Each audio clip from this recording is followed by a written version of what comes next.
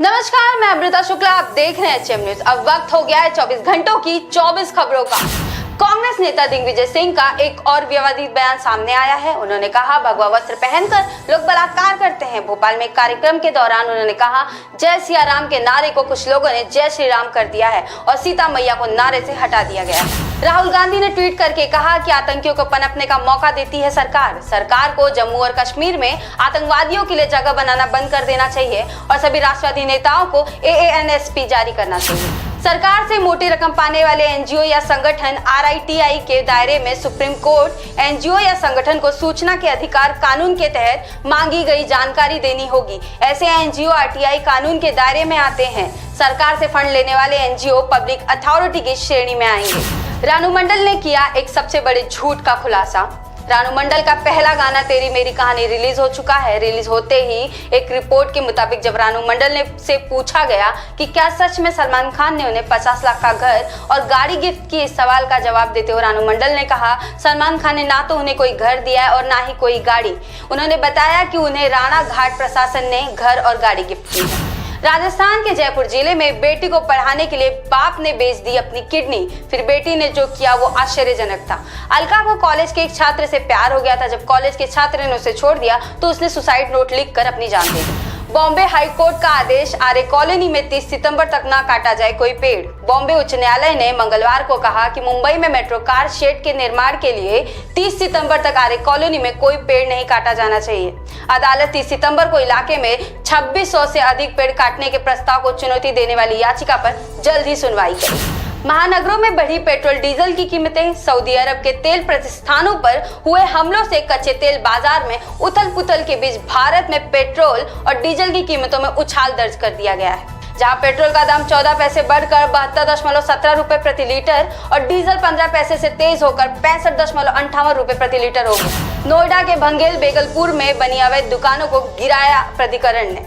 35 करोड़ की जमीन से हटाया कब्जा। प्राधिकरण ने की ध्वस्तीकरण की कार्यवाही। मंगलवार को बंगेल बेगलपुर में 35 करोड़ की जमीन से कब्जा हटाया। यह जमीन प्राधिकरण की अधिसूचित एवं कब्जा प्राप्त थी। इस पर किए गए निर्माण को प्राधिकरण ने ध्वस्त कर दिया है। लद्दाख में 15वें वित्त आयोग की एक टीम से सेना प्रमुख जनरल बिपिन रावत ने की मुलाकात। सेना प्रमुख जनरल बिपिन रावत ने मंगलवार को लद्दाख सेक्टर के लेह इलाके का दौरा किया। इस दौरान उन्होंने दौरे पे आए 15वें वित्त आयोग के अध्यक्ष ANK सिंह तथा सदस्यों से मुलाकात की।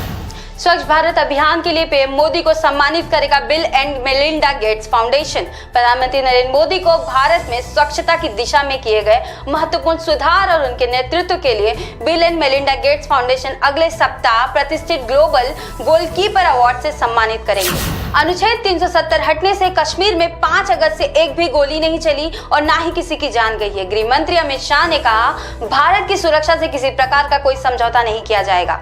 सर्जिकल और एयर स्ट्राइक के बाद भारत विश्व में एक नई ताकत के तौर पर उभर रहा है। चंडीगढ़ पुलिस का टीम इंडिया को सुरक्षा देने का इनकार सामने आया है। चंडीगढ़ पुलिस ने BCCI से 9 करोड़ रुपए की राशि प्राप्त नहीं होने की वजह से यह कदम उठाया है। भारत और दक्षिण अफ्रीका के बीच दूसरा T20 मैच बुधवार को खेला जाएगा। केंद्रीय श्रम मंत्री का दावा, संगठित क्षेत्र की नौकरियों में 3 साल में बढ़े 2 करोड़ लोग।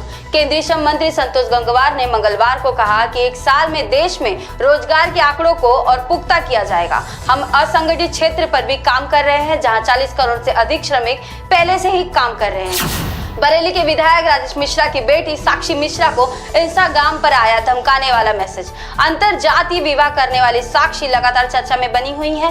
कुछ दिनों से एक युवक साक्षी के सोशल मीडिया अकाउंट पर दंपति को मारने के लिए सुपारी लेने की बात कहकर धमका रहा है। साक्षी ने मुख्यमंत्री पोर्टल पर शिकायत की है।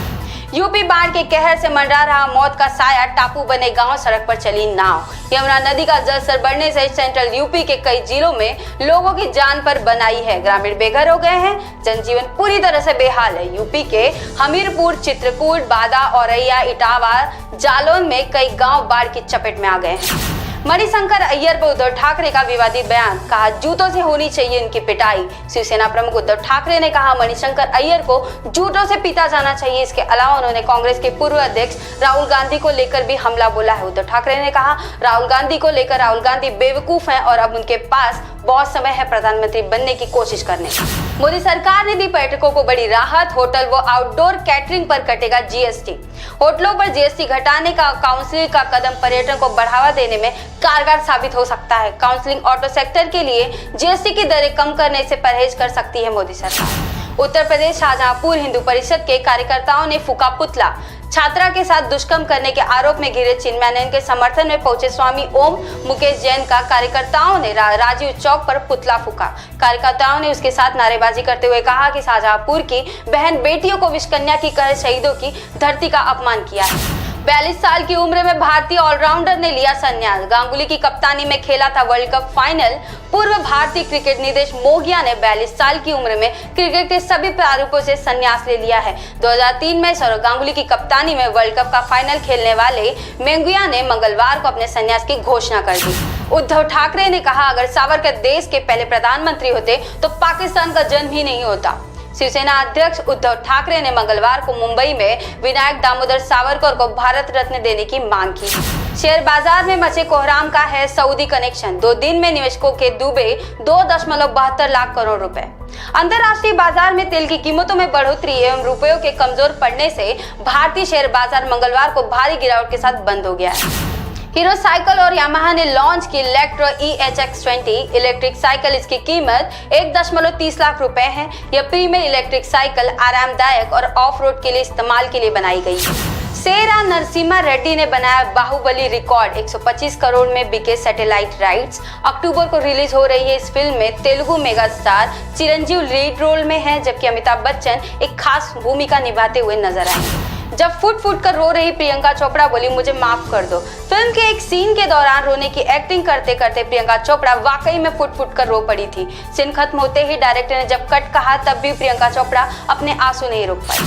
ये थी एचएम न्यूज की खास रिपोर्ट। अगर आपको ऐसी खबरें और जाननी हो तो हमारे चैनल को सब्सक्राइब करें, साथ ही साथ बेल आइकन बटन दबाना बिल्कुल ना भूलें। हमारे चैनल को अपने दोस्तों और परिवारों के साथ शेयर करना तो बिल्कुल भी ना भूलें। तब तक के लिए नमस्कार।